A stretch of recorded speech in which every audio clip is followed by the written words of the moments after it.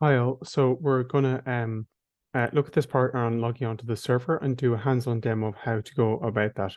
Please note that you can pause, rewind, rewatch this video if you run into difficulties yourself. So we want to get to this point where we're able to log on to the server. So the first step in this is to create a server account. So if you haven't done so yet, please email Chandana at this email address here, and he'll pass on your new username, password, and information about how to get the authenticator code so that you use a password and a code to log in onto the server. So the first step is that you can use the Software Center to download the relevant software, and we're going to do that now. So if you search for here, search on your toolbar and go to Software, you'll find a Software Center. So open that. Inside there, you'll find a range of applications. Unfortunately, right now, MobaXterm is not apparently available, so that's not a problem. So what you can do is just go to the N drive. So go to N drive, Genomics, Public, Omics Learning, and our course here, B02, using Unix. And there you see we have a tool called MobaXterm Personal version 22.1. So what you can do is copy that and then paste it onto your desktop. So that's what I'm going to do now. Here's my desktop and I'm pasting it now. You'll note that I'm not doing a symlink. I'm not drag and drop because that will create a symbolic link, a shortcut, which does not actually copy the file. So you're going to copy that over to your, I use my desktop because it's the easiest way to manage things. Once it's there, you can launch it. The second thing we need for file transfer is a tool called FileZilla. So we're going to type that in here, FileZilla. It's the most accessible way of transferring files, and you can see it there in the Software Center. So click on that and hit install. So that should install it on your computer. It may take a few moments to do that.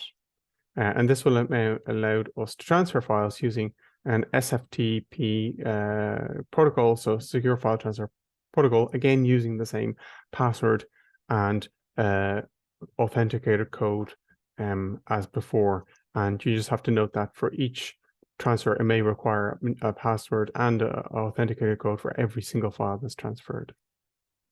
So that looks like it's working, I hope. So let's move on. So that's the slide saying that where you can get that exe file for MobaXterm.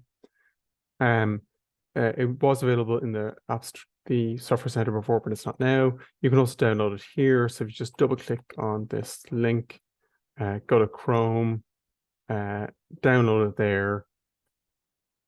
It should eventually download if I press enter. So when you do that, you should find that it's there downloading. Sometimes it takes a while.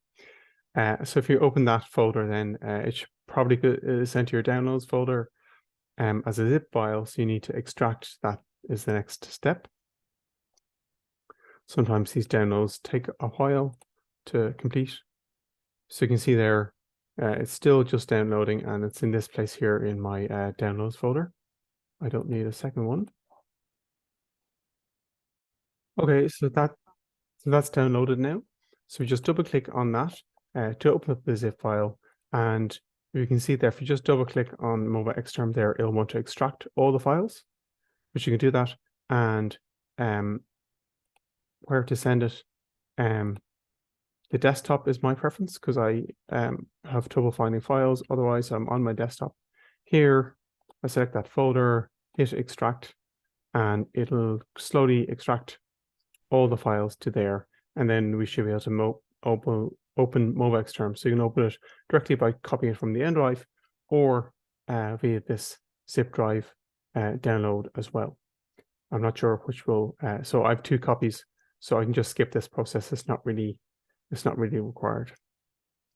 So then we have a MobaXterm, and then if we search for FileZilla, you can see it's as an app there. So you can open that too, so that you check that you have both of them working. So those are the main things. So where's FileZilla? It's opening there, I hope.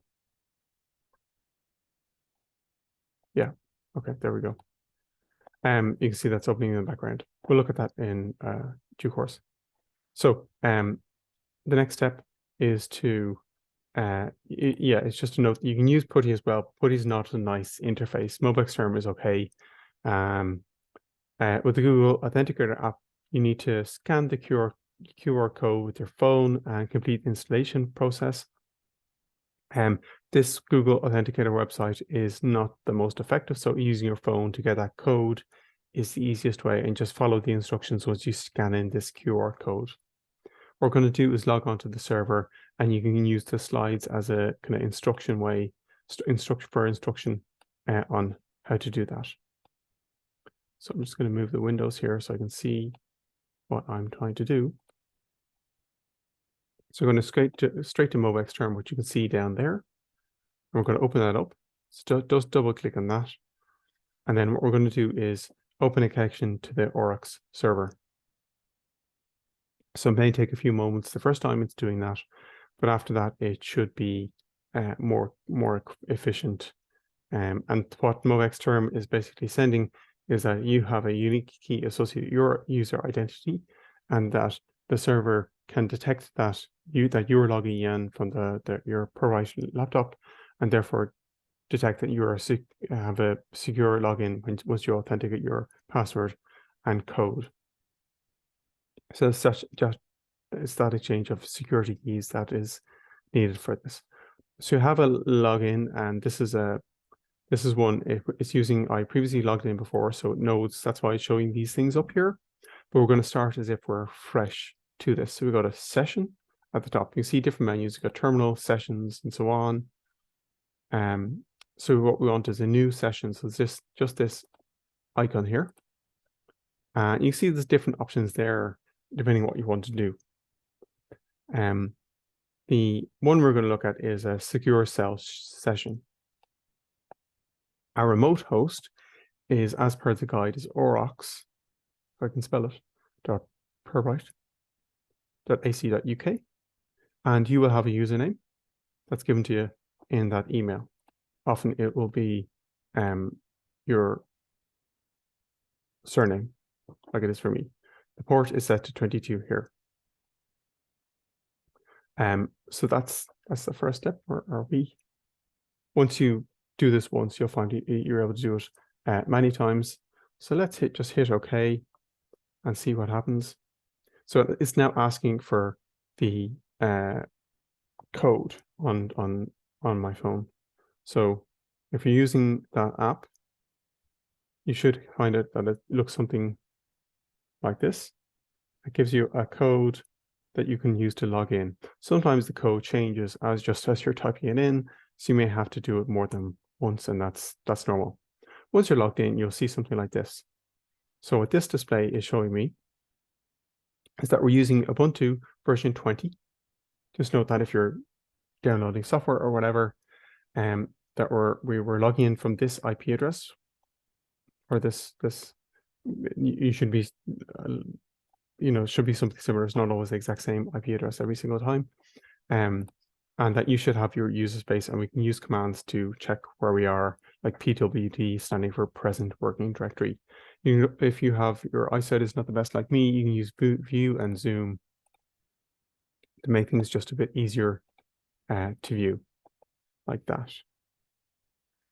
So now you should be logged on, and one thing you can do is type in passwd to change your password to a more secure one if you wish to do so, and that's advisable to use a secure confidential password to ensure that there's no issues when you're trying to log in here.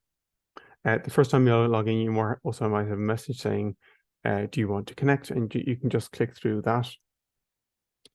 So this kind of concludes this session before we learn more about basic practices. I just finally note that once you close this, so I'm going to shut it down now, like that, and then reopen it. It should recall your logins, which makes it more useful. So you can just click on aurochs here, like that, and it asks for the code Again, we'll do that every time, but no password is needed because you typed it in already.